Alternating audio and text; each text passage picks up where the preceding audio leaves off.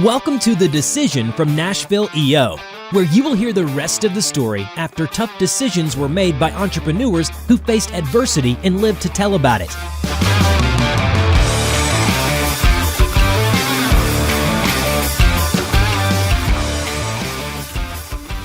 Welcome to The Decision, the podcast by EO Nashville, by entrepreneurs for entrepreneurs. Today, we're here talking again about the trials and tribulations of running a business in the 2020s now. Gosh. With me, as always, my partner in crime, Mr. Robert Hartline. Thank you for letting me be here with you. This is your place, man. We've got a great podcast studio, and I think we finally found our home. It's exciting stuff. It is fun. It's fun. Our guest today, the Neil Amrhein, the goat guy, my goat. I think we should start with my yard. We could. Because I was an early adopter before you changed directions. Mm-hmm. And Neil's got these little goats little devices that float around in your yard and cut your grass. And we did that for one summer. And it was the talk of the neighborhood. Everybody thought he's lost his mind. Yeah, it was interesting. So you tried residential for a while. Yeah. So it's funny. I'm sitting here with you guys, and we've got a lot of history together. Yeah, amongst the three of us here. In fact, you and I were in the first forum together way back when. Oh yeah. And I remember one of those lessons early on was from you. Was like, you should just always be learning, thinking, and leading. Shouldn't be thinking about anything else. Shouldn't be doing anything else. I thought that was an interesting observation, just simplifying it. And then I had the pleasure of Mr. Jackson here giving my first EO cavity search during the membership experience there. So that was a different business back then. Mm-hmm. Yeah, it was a different business. That's right. Yeah. Residential. Great. I mean, it's a good starting point. I think it's kind of funny. I was listening to one of my favorite movies is Moneyball. I love the part where they're in the conference room and they're talking about how they're going to replace Giambi and he can't be replaced. And these guys are talking about suggestions and one guy's like, we make suggestions and, Billy Beane is the guy who's making the decisions here. He doesn't answer to anybody but ownership. So, for me, I answered to investors, and one of the big pivotal moments we had going from residential to commercial was essentially terminating our relationships with all of our residential customers. So starting out and realizing that that was a big turn to go from making money to all of a sudden we're going back to zero again. What was the catalyst to make that shift? I think the biggest besides Eric, my yard, had too many roots and holes in the yard. Got a lot of environmental challenges, is what we like to call those. Obstacles that kept coming about. Mole holes, you had a few of those, and moles and roots, those kinds of things. I think on the residential side, Robert, for me or for us, we were building a business that still is a subscription-based service for autonomous robotic program. Right, it's the successful adoption. And how we've evolved over the last 5 or 6 years is we realized pretty early on that there are so many variables in the residential space that we couldn't really overcome those variables in terms of the human and combined with the environmental challenges. So somebody who owns their property, even if they're not a master gardener, they happen to tinker and change the environment or change things about their environment. Or in the case of EJ's yard, the environment's constantly getting changed, whether it's rain or animals, et cetera. And so it became very difficult for us. We recognized early that to develop our model of a successful adoption of autonomous robotic mowers, it would be eventually something that I think residential customers, when the price of the actual hardware comes down, they'll adopt and embrace. But for us, we pivoted and realized it was we'd be on the commercial level first. Is that something you just knew that you needed to make that change, or did you bring that decision to your forum to talk about? Yeah, I don't know if I brought it to my forum to talk about. I probably had a presentation or two. kind of rewinding, the reason I got into what I do today is because I'm a little bit of a nerd, a numbers guy, and a labor guy. So after having literally thousands of employees in my previous business and understanding the psychology, or trying to understand the psychology of human beings, it for me, when we were in the residential space, we were creating almost another staffing company, because we still had to deploy people to go rescue all the robots are called goats. So all the goats, and we would call the folks who rescued the goats the shepherds. So, we would have to do that. And so logistically, you're now shifting people all over town. What we realized is we just need bigger properties, and there were too many variables. So when I talk through it, monetarily, it just didn't work. Didn't make sense. Speaking of monetarily, you've created sort of a different structure. You've got the software side, and then there's the commodity. You're the product that actually mows is created by somebody else. Talk about how that kind of came to be. Yeah, we're robot agnostic. We're hardware agnostic. I mean, many moons ago, I worked in a hardware for a hardware company that's what we sold. And what I realized from that experience was it's really about the software that makes the hardware smart. It's really your operating system on whether it's your Droid or your iPhone, that makes it work more than anything else. The hardware is always going to get better, faster, and cheaper. And so I intentionally decided to, once I saw literally an autonomous robotic mower on a YouTube video on a retreat that we had with a previous forum, I was like, wow, this is amazing. These things are running, they're operational. They've been in the space since about 1995. So, well over 20 years. And why doesn't everybody know about them? How come they haven't, been adopted? But one of the things I wanted to make sure with my investors was we were building a software platform that would leverage and utilize everybody who's running down the path of building the latest and greatest piece of hardware. And that's kind of the secret sauce, is having that layer in there, because it's really the psychology of the adoption process. When you talk about a very large market that's been doing the same thing basically for 50 years, it's disruptive. And I think that's a key term when we're talking about any kind of technology. And I think the better, more forward-thinking technology or model is probably the more disruptive than the next. And there's a bit of a desire not to have a lot of employees to have to manage. A small bit, Robert, a small bit. Yeah. Going from where I was as a really aggressive and large staffing organization to, if I had robots to help my 90-year-olds get out of bed in the morning, I could help a lot more 90-year-olds get out of bed in the morning. They're just not there yet. It doesn't mean they won't be there, just that they're not there. So being able to see that there's an industry out there where you could use robots that are running or operational and have been manufactured, and there's still a long ways to go. I mean, otherwise you'd see one on every lawn everywhere. But yeah, it's a great point. I mean, it's a tool that is a labor multiplier, not a labor replacement. And I think that's a key in talking to the audience and also talking to our customers. Is there's that initial thought, well, what am I going to do if it's cutting grass? And that's what I've done my whole life. And when you had this epiphany for this new business, I know there was a challenge in your forum. Oh yeah. We chatted about that a little earlier. Yeah, I mean, the evolution of my business, it really came out of a forum retreat, where again I saw these things running around on a YouTube video, and I was like, wow, this is kind of interesting. And within my forum, we had a forum mate who was in the business of lawn care, residential and commercial. I mean, really in the grass cutting business and landscape business. And I actually presented the idea. I said, I think based on my technology background and labor experience and what I see in the marketplace. And so we kind of danced together, presented it as a partnership opportunity, which eventually kind of fast forward about 5 months. Truly, his interpretation was it was a threat. And as you both know, you can't have competing businesses in the same forum.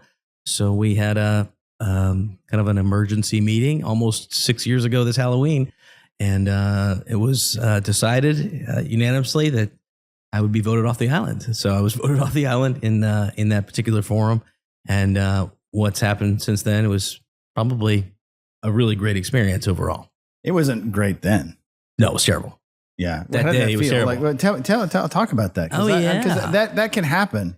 Sure. And it's probably happening in a form right now if someone just doesn't, for whatever reason, doesn't like their form, they want to get out, or that whatever can happen happens. Yeah. So how did that feel? You go through that emotional, roller coaster ride. This is my third forum that I'm in now in the last 9 years since I joined.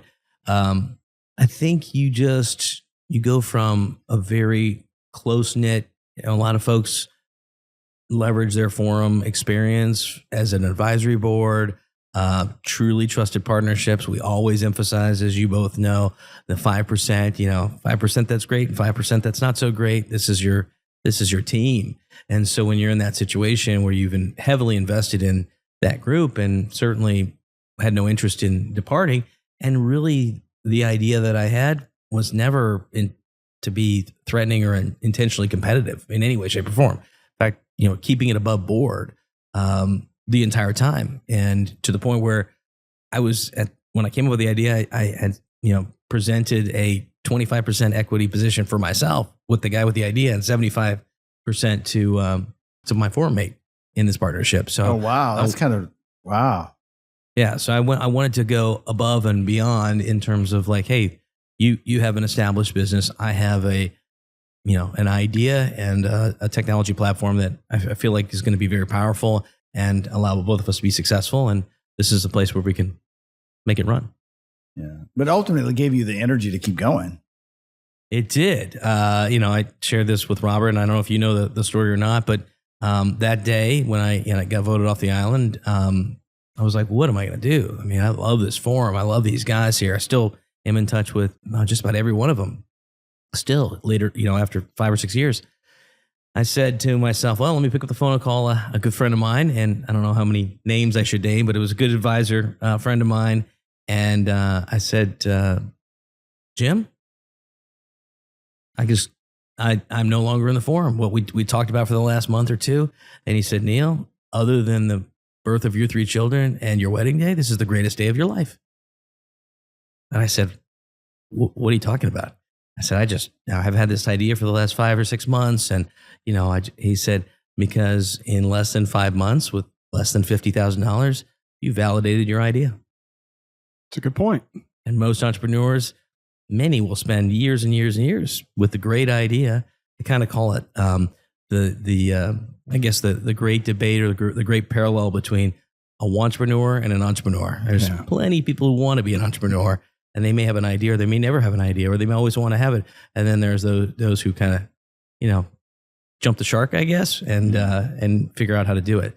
And that for me was a catalyst. It was an inspiration. It was kind of enough gas.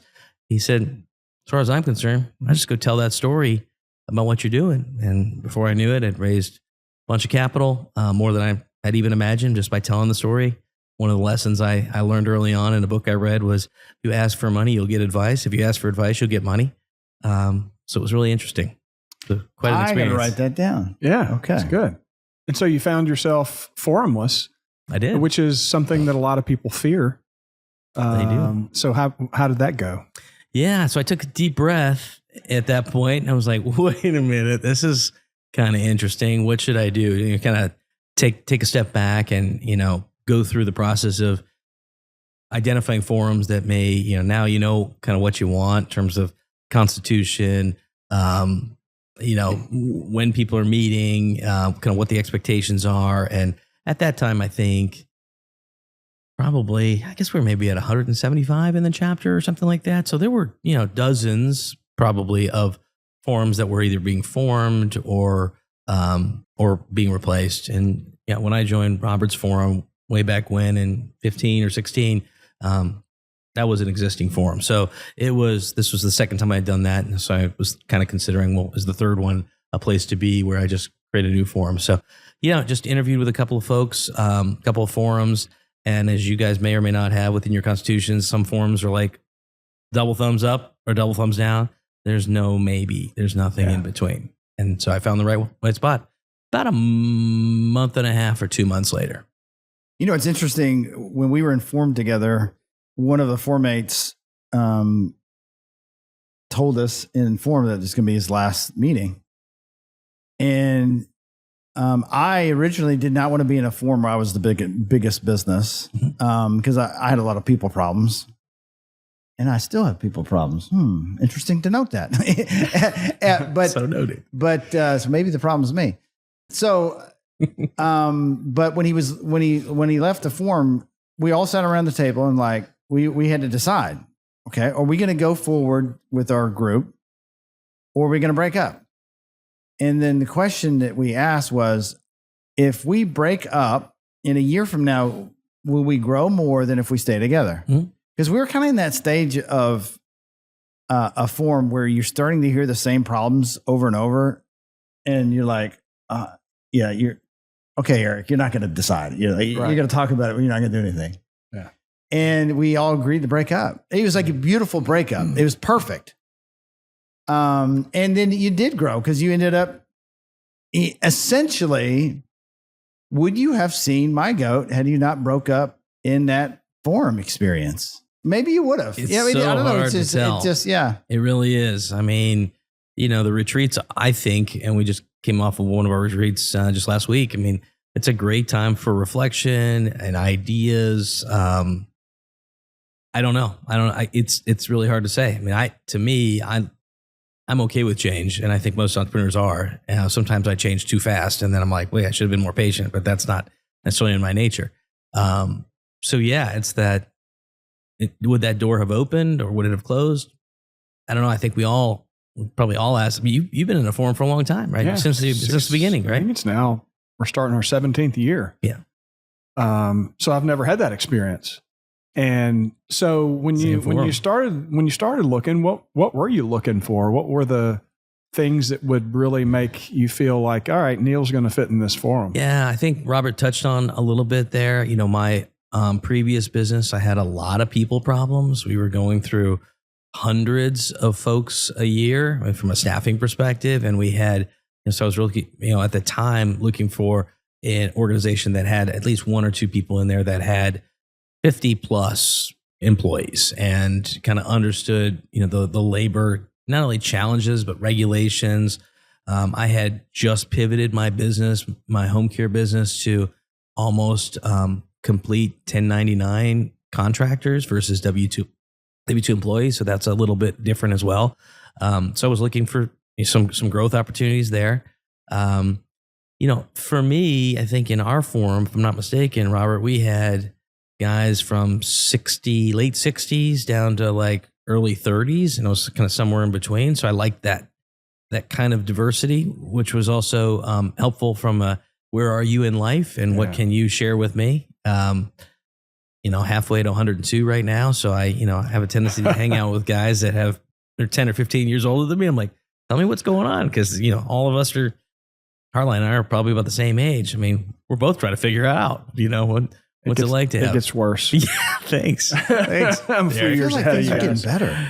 Do you? In a lot of ways. I feel like I'm getting better, man. Yeah. I do. I just do.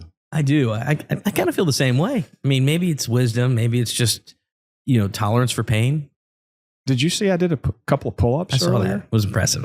I got to keep telling people. I know that. I've never seen you do one in 8 years or 9 years that I've known you. So today's the first time I've ever done one. So there we go. So you find your new forum. Yeah. You've got a new business, essentially. Yep. You're transitioning from one to the other. I'm in both. I've got a foot in each business at that point. So that's also a difficult, scenario. It's like, here's where I get excited, and here's where I'm looking at and saying, okay, do I need to land the plane? We're kind of in the middle of approaching COVID. That was another, timing was very interesting. Yeah. Had to be a huge distraction.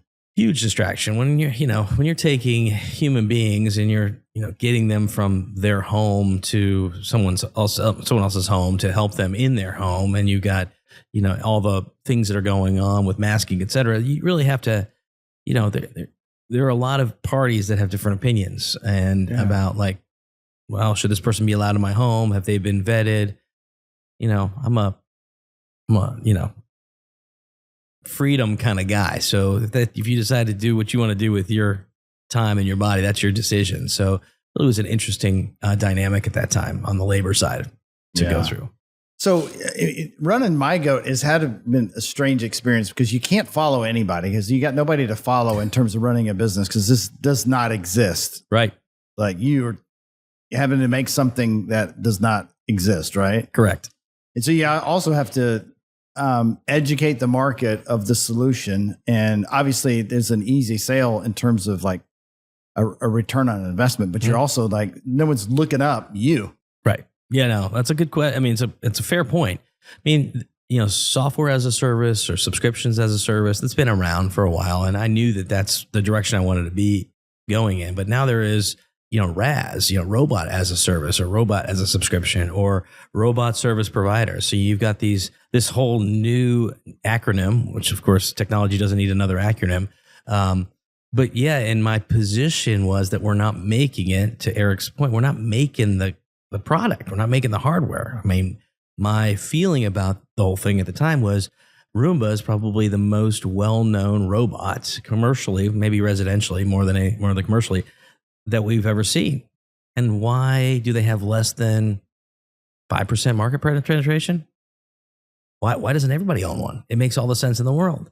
And what I learned later on is that it's about the environmental challenges. Right? The dog that it's everything leaves a gift on the carpet. I mean, I've got an 80-pound sheepdog and 3 teenagers, and without you don't want that smeared around the house, little streaks action around the carpet. All kinds of fun and interesting things. But it's also the psychology of like the adoption of anything that's new. So to your point, a disruptive, you don't realize how disruptive something is until you can recognize how people are stuck. And so to that point, when you went from residential to commercial, the decision-making process changed. And now you're going to companies, hey, I can help you replace a lot of cost. Well, that had another implication. Totally Talk about that. Totally does. Yeah, so we dance around the whole, labor multiplier. So usually, when you talk about the benefits of any product that you try to turn a service into a product, which is also another plug on Built to Sell, the book that I refer a lot of people to, is like, how do you productize what you're doing? So we're robot as a service or robot as a subscription in vegetation management. You think, okay, well, what does that really mean? Are we automating an entire industry, or could every industry be automated? So then the first, step in the decision process is, okay, I'm probably selling to the guy who's riding the mower, and he's looking at me and saying, what am I going to do now? And I'm like, listen, doesn't mean your job's going away. It just means you could be redeployed to do other things, to help beautify the campus, string trimming. And we don't have any robots that cut trees or throw mulch or plant flowers, none of those things. So this is just a tool so you can essentially be in your F-150 looking at a smartphone, managing robots cutting grass, and then have a greater impact in addition to the cost saving side. So then you flip over to the business side of it, and they say, all right, we can't hire enough people because they can't pass the drug test or background check. Everybody's got labor shortages. Price of labor is going up. So this sounds like it would be a tool that would work for us. Then you look at the cost side of things with, gas and supply side and of the big machines that have been out there. You throw COVID on top of it with, now you have delays. You buy a machine, you can't get it delivered to you for a year, right? And then the third, in our case, which is kind of the trifecta, is the environmental side, the sustainability component, which is, these are electric, battery operated, so no noise, zero carbon footprint, and there are very specific and intentional regulations and strategic direction that cities, states, companies are taking to move in that direction. So to answer your question, yeah, you start with the labor multiplier, and then you have to train and certify the people. So it goes back to your point, Robert, about I still haven't gotten away from people. I'm in the robot business, but now I'm in the business of actually certifying people to have an advanced skill set to manage, monitor, and maintain robots. So you're not putting them on the street. You're giving them something new that is the future, and it helps the environment. It saves the organization money. Mm-hmm. Yep. And you've overcome a lot. It's a lot of challenges. I mean, in a disruptive, but it'll be ironed out. I mean, it's not like you're going to stuff it back in, but yeah. What's next for My Goat? What do you mean? What's next? What do you hope to be able to achieve now that you've kind of proven the product, you have clients, you're growing? Is it something you take outside of the United States, or? Yeah, I mean, we could. I mean, for sure. My commitment to my investors and kind of what we're aligned to do, and that's a whole nother experience. I didn't have any investors with the first business, and then the second business, you get investors, and it's a little different. New boss. New bosses. Yeah, exactly. For us, again, if we stay true to the successful adoption of autonomous robotic anything, the IP that we've developed could apply to any robot in any space at any time. So we look at, robots that are washing windows or painting walls or what have you. The number of robots that are going to be created are going to have some form of human intervention and interaction, and that software that optimizes all of those robots, and that whole adoption process is, again, an ongoing opportunity. So kind of the big picture for us is having that, proprietary intellectual property that we continue to develop. In the short term, it's really tackling the right market. We can look at different areas like solar farms and cemeteries and golf courses, and we can look at, airports and athletic fields. And we've done all of those, but everybody's got their own, this grass grows like this, or what have you. So, well, if you can eliminate a leaf blower, or a weed eater noise, like that's like next level. Yeah, it's they're all electric now. I mean, there's a lot of them. Like I think the state of Colorado this year, and maybe it's next year, is requiring 50% or 80% of all outdoor equipment to be electric in some way, shape, or form. There are a few that are really pushing the envelope, and back to from a technology perspective, the same struggle that Musk has with his cars. The bigger the battery, the heavier the battery. The heavier the battery, the longer it takes to charge. Yeah. And can you make, it's not a matter of creating the energy, but it's storing the energy and then deploying the energy. So how big of a battery can you put on a backpack for a leaf blower or a string trimmer versus carrying, a few gallons of gas? Yeah. Right. So thinking back to your time you've been an EO, what's some advice you would give a new EO member to have a profound EO experience? Be curious every day. Just be curious. Be active. I always tell folks, it's important to be curious every day. It's important to be active every day, and it's important to look for opportunity every day. I think that those are the three ingredients, at least that I apply to my life and my leadership team. That's success. Because if you can be curious, evaluate opportunities, and sometimes the opportunity is don't go there, not just open the door, but close it and run away. I think in my experience with Forum and EO in particular, I think one of the things I've done in all three forums is have a personal one-on-one with every single person, even after I was in the forum, just to get to know who they were. So you spend 45 minutes or an hour with each of them. I would argue that I think the foundation of every particular forum at this point is probably the constitution and the structure that they have or they don't have within that unit. Yeah, and to add to that, making sure you're deciding on the experience. Like, what do you want out of your EO experience? And it's not going to happen for you. Like, you literally have to say, "I want," and you can have more of an experience, or you can go along for the ride, but then you may not be fully bought into it. Yeah, I mean the 3 Bs, right? The business, balance, and buddies. I guess that's how they describe it. I think everybody starts like 80%, 75% for business, and then you realize, well, There's more. There's more. Yeah. There's more. This episodes in life, being vulnerable. I mean, I know that's probably very cliche, but being able to just be totally transparent. That's what is so great. Like the three of us, we can go hang out and here. I mean, this is going to be, obviously made public, but we can just connect and get deep. It's not how sunny is it outside, and just we get rid of the surface. Those Titans. Right? Yeah. I mean, we just don't do that. We don't. It's a different level. It's just beautiful that when we're together separately or together as three, man, we just go straight for the the deep stuff. 100%. You can't do that with everybody. Can't. No.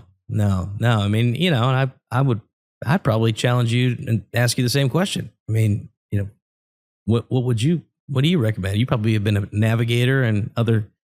Yeah, I mean, I think speaking up for what I want is something that I need to do in life. And EO gives me practice to speak up for what I want. And, I've had a little bit of a challenge in my forum lately because, I read 10X is easier than 2X. And I'm like, this is a really good foundation to live my life. Do work I love with people I love. I want to do that. Well, how do I do that? It's not easy. I got to let go of some shit that I don't want to do. I got to make some harder decisions. And so I want to look around and see people I want to be in a forum that does that. Yeah. Like I want everyone to be doing that. And I'm trying to drag them along and say, this is what I want to do. But there's a bit of resistance. There's I don't want to have, there's just, everyone's got their own desire. So I've been also wondering, do I need to start a whole new forum and just put on EO and say, this is what I want. Right. This is the kind of existing, this is what I want to exist in. And who's with me? And just and it wouldn't be a knock on my forum mates. Yeah. It's just I'm taking I'm having to reinvent myself. And so if I'm going to reinvent myself, I want to be around other people reinventing themselves. Yeah. Says the trailblazer. Yeah, there we go. Yeah. Is anybody behind me? What about you, Mr. Persuader? Wait, how do you keep it together after how many years? 17 years. How do you keep it fresh? I've never even been married that long. I mean, there you go. Yeah. Combined? No. Okay. But we keep it fresh and current, I guess, by challenging who we are. Okay. And it's time for a reset. We've had several of those over the years. What does that mean? How does that? So, we got, and I've talked about this on the podcast in the past, so I'm not sharing anything out of school, but I felt like I had been, I guess, disrespected or I don't know the right word. And I called Mose and said, I don't like what happened last time. And I'm thinking about quitting the forum. And he said, well, we need to talk. And he came over and we had a discussion about it. And I decided at the next meeting that I'd let the cat out of the bag. And I wasn't the only person. Yeah. And so we had an open, honest discussion about where we were and how to fix it. And we did a reset. And so we've been really conscious of that since that last event. Yeah. And we're making sure that we're looking forward. And our current moderator, Dr. David Hasse, has done a lot of that work for us. He's making sure that we're being heard and that we're on the same page with his leadership. Yeah. I think it's something that a lot of leaders neglect to do, is checking in with their people. And so we're in a good spot right now. We're on starting year 17, and who knows? I mean, and forum is really not designed to last forever. I mean, one of us is going to go at some point, whether it's we stop breathing or we decide to go somewhere else. I think it's healthy to acknowledge that and take the temperature of the room. All those are great points. One of the things I'd be curious to get your opinions about is that I struggle with what's the value that each member of my forum would want to hear more of from me that can help them in life. Like, you know, sometimes you have that inferiority complex. You're like, well, that guy's got a bigger business, or that person's been doing this longer, or this person's been uber successful. But why am I here? Like, what is it? So that when I experience share, I can put on that lens and say, all right, Eric wants to hear more about this because this is what he is curious about, my experience. Or if Robert and I have, you know, 150 employees each, it's like we're always going down that path of like, hey, how's HR? Fun, huh? Good times. How's the culture building? You know, we're culture warriors, aren't we? Every day. You got any new ideas, fresh ideas, icebreakers and things? So how do you guys do it? Do you have any? You ever think about it that way? I went to the moderator training that was in Puerto Rico, and it reframed my thought of forum is that be selfish. That's it. That's what I was going to say. Be selfish about what you want. Okay. And I'm not here to solve your problems. Okay. I'm here to solve my own shit. And the way I solve my own shit is get you to share your shit deeply by asking the question, why is that significant? It's good. And when that happens, they're going to hear things that they've never heard before. It's going to get real raw. Yeah. Because you're being selfish and you've got certain things that you need. And they're going to, you can't know what everybody else in the room is thinking when you're talking. I've gotten things out of deep dives and I didn't tell anybody else. I walked away with, you know, I need to change this, or I need to investigate this. And I never mention it to anybody. And so we can't assume what somebody else is picking up. You can't assume that they're picking up what you're laying down when you're talking. That's a good point. You just have to be selfish and say what's on your mind. You ever go back and share later on once you picked up? I have. Yeah. Okay. Yeah. And sometimes I've, you know, texted somebody and said, hey, something you said really made me think differently about a problem that I have. You weren't thinking about my needs. No. That's right. And I think along with that, when you know that you cross that bridge of vulnerability when the energy in the room shifts and you're like, holy shit, there's some shit going down. Glad that's not me. There's tears coming, man. What's this? Watch. All right. It's like, and then you're like, but when you're really hyper-focused and you're really present and you're listening to someone pour their heart out, in your mind is like, all right, yes, I've been there. I know what that's like. Oh shit. You know, you go through this and then you're like, then you reframe that story. And then you're putting it back in. You're like, okay. Oh yeah. I've felt that way before. Yeah. And this is where I screwed up. And cause you're searching in your database, like what story pertains to whatever the situation is. But the real thing is like unlocking some other story that you didn't even bring into the room, that suddenly you're solving some other problem that it's been there. You didn't know how to process it. It's just like, it's another decision. I think we're all walking around with dozens, maybe hundreds of decisions that we haven't made yet. And they're like sitting like our computer is with 1,000 web browsers, Excel, QuickBooks file, all these programs running concurrently. And you're clogged up, you're stuck, and you're like, I got to close some of these programs. And so the story that you tell me allows me to shut that program down. Like, I don't need to think about it anymore. Now I've decided, and then now I have more headspace. I can make smarter decisions. And it's like unlocking that 5%. And I think that's probably where EO needs to work the most is I don't think most forums get to a real 5%. I agree with you. And that's one of the things that we decided we need to really do when we had that pivotal meeting. So we got to really dig deep and not be so superficial, and then really dig into the emotion. You know, the emotions wheel wasn't introduced 8 years ago, maybe, that I remember. And so talking about that emotion that comes up and helping everybody else in the forum get in that space that you're in.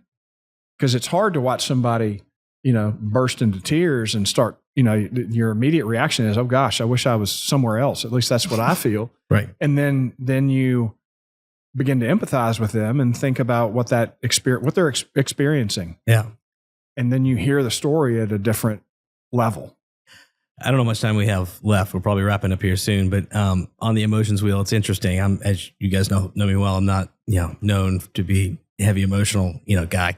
Shocking, right? Yeah. But I do love the emotions wheel a lot. And I have used that with my own leadership team and within our forum. But speaking of emotions and your senses and how they're heightened, my brother was sharing with me recently about kind of an icebreaker question that he had asked for several years, which are, what are your 3 favorite smells and why? Which I thought was really interesting. I don't know if you'd heard that before or not, but you start thinking about and associating your experiences with those kinds of things. So we had that in our last forum retreat, and it really evoked quite a bit of thought. I bet. Now, if you haven't seen them, you got to go over here and check out the emotion wheel pillows. Oh, I've seen the pillow. That Robert, I saw it when I walked in. I saw it. I gotta get one of those. I'm going to add to my list of projects is to get Neil to cry. I'm going to put that. We'll do it today. Okay. We're going to work on that. All right. I think I know how to do it. We'll talk about that later. Eric probably does, and I think I know where he's going with that one. Neil, thank you. Thank you, gentlemen. Really enjoyed it. For joining us today, and thank you for our friendship. Absolutely. I really appreciate you. Likewise, yeah. Same. We need to get together soon. We do. Yeah. If you are an entrepreneur in Nashville, Tennessee, and you're looking for a place to connect and go 5% with other men and women who are navigating entrepreneurship, you could visit eonashville.com and learn how 350 plus driven entrepreneurs get together every single month in a forum of 5 to 8 people to navigate important decisions for their lives. Thanks for watching and have a fantastic rest of your week. Thanks for listening to the Decision Podcast by Nashville EO. We'll see you again next time, and be sure to click subscribe to get future episodes.